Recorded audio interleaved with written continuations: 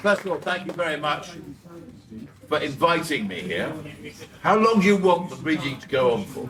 For around 10 minutes. 10. I'll give you 2 chunks. I'm going to give you two chunks from the book, and it's a great privilege to read it to you all, and taking an interest. This book has not been reviewed by any newspaper, mainstream paper. I had a very nice review in Declassified and the Morning Star, but and one or two other wonderful places. But no British newspaper, mainstream as they call them, not the Guardian, not the New Statesman either, Spectator, not any of them. So I'm going to do one is chapter 9. It's called "Nobody is Dying of Hunger in Gaza." And I look into the denialists in this chapter. London, early 2025. Parallel worlds. One belongs to ministers, their spin doctors, officials, newspaper editors, and columnists. They're at home in Washington, Tel Aviv, Westminster, and the big media houses. For them, Israel is the only democratic state in the Middle East, one of Britain's closest allies, poised on the front line between Western civilization and Islamist barbarism. It is tacitly understood that one does not mention the International Criminal Court arrest warrant out for Israeli Prime Minister Benjamin Netanyahu. The ongoing genocide case at The Hague is another touchy subject. Sir Keir Starmer has banned use of the term genocide at Labour Party events. If pressed, Sir Keir denies a genocide is taking place, just as he denies that Israel is practicing apartheid. Kemi Badenoch, leader of a Conservative party, supports him on this. So do the British media battalions. They do not report Israeli atrocities when they can be avoided. Approximately 50,000 Palestinians are known to be dead, and so on. That's I go on then to go into the culture of denial. You know, the complaint. You know, the people actually were saying nobody is dying of hunger in Gaza.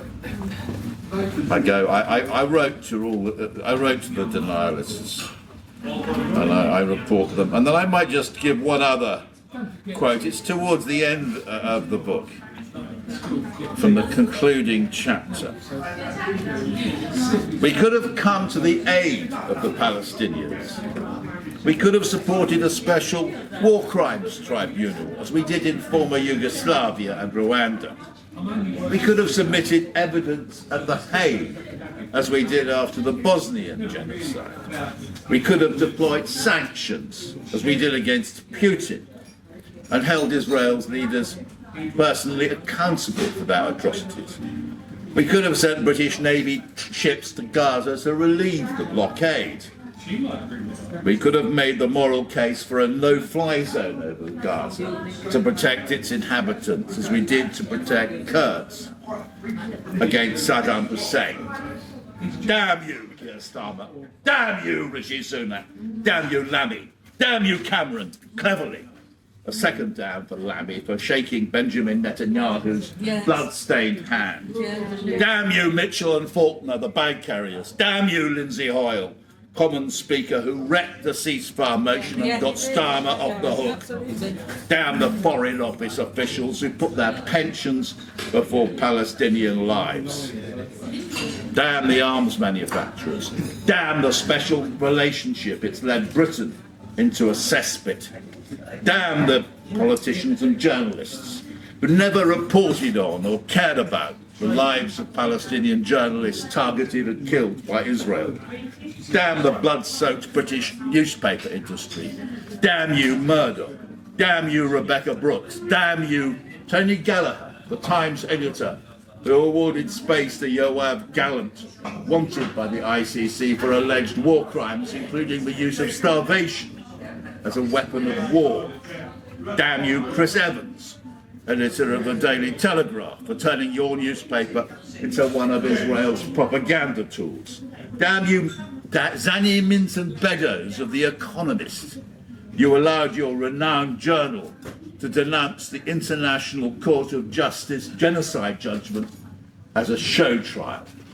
You knew that Israel was turning Gaza into a hellscape, yet you still demanded, fight on.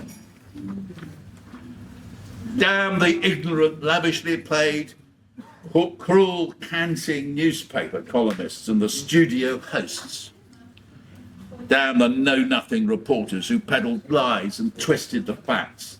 Damn the reporters who were too afraid to search out the truth. Damn those who passed by on the other side.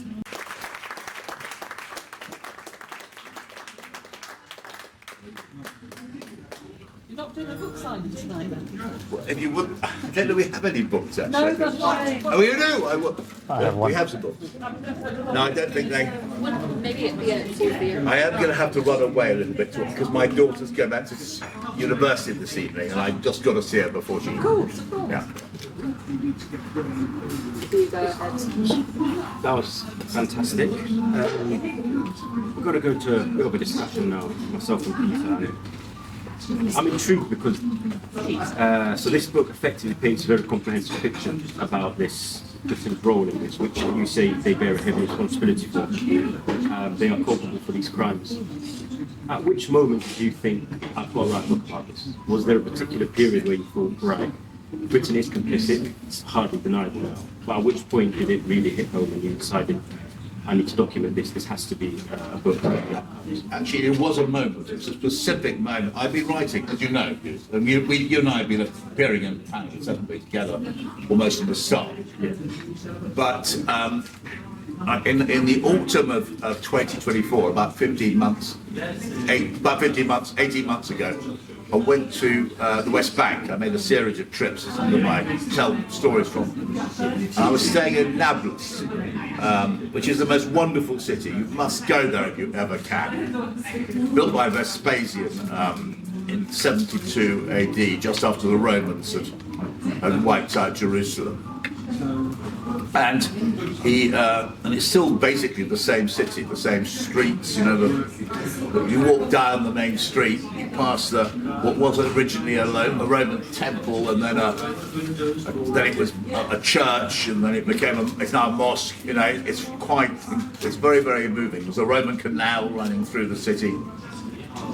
And it's now mainly Ottoman houses. And actually, in the top of one of them, there's these roof terraces, and I was looking up at the stars. And I was watching well, I wasn't actually. It was a couple of days earlier, the missiles had been going past. You could see them, and I suddenly knew I had to write the book, and I hadn't actually thought of a book because, and there were.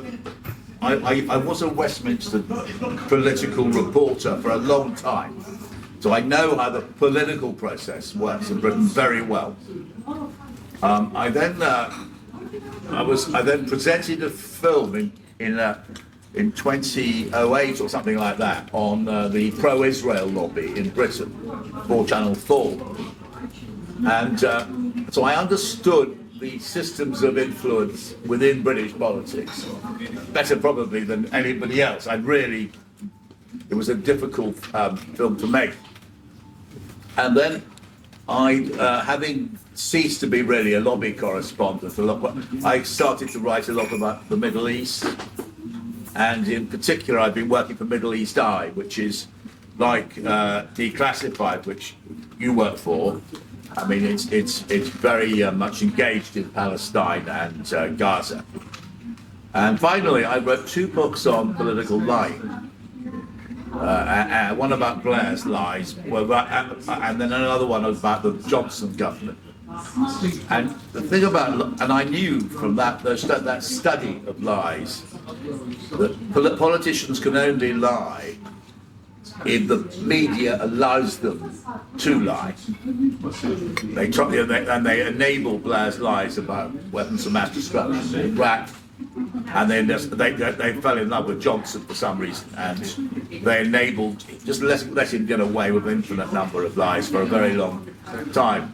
And the Israelis have been lying, as I document again and again, and these lies are amplified and tolerated by the British media. Of course, not just the Israelis, British politicians on their behalf, and indeed, of course, there are many supporters in the British press. So that's why I decided to write.